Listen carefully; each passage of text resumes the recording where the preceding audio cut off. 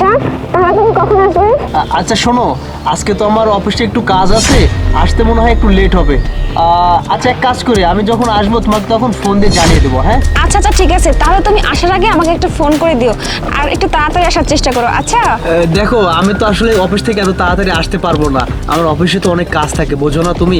আচ্ছা এক কাজ করব, আমি অফিসে গিয়ে গাড়িটা পাঠিয়ে দেবো, তুমি গাড়িতে করে শপিং করো। হ্যাঁ না না, গাড়ি পাঠাতে হবে না, তুমিও এসো সাথে, ঠিক আছে? কারণ তোমার সাথে শপিং করতে আমার অনেক ভালো লাগে।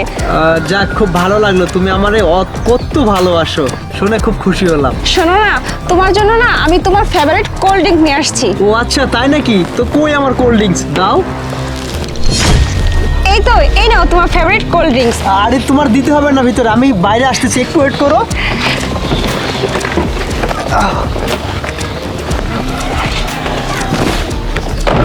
কই দাও। আরে ওয়াও।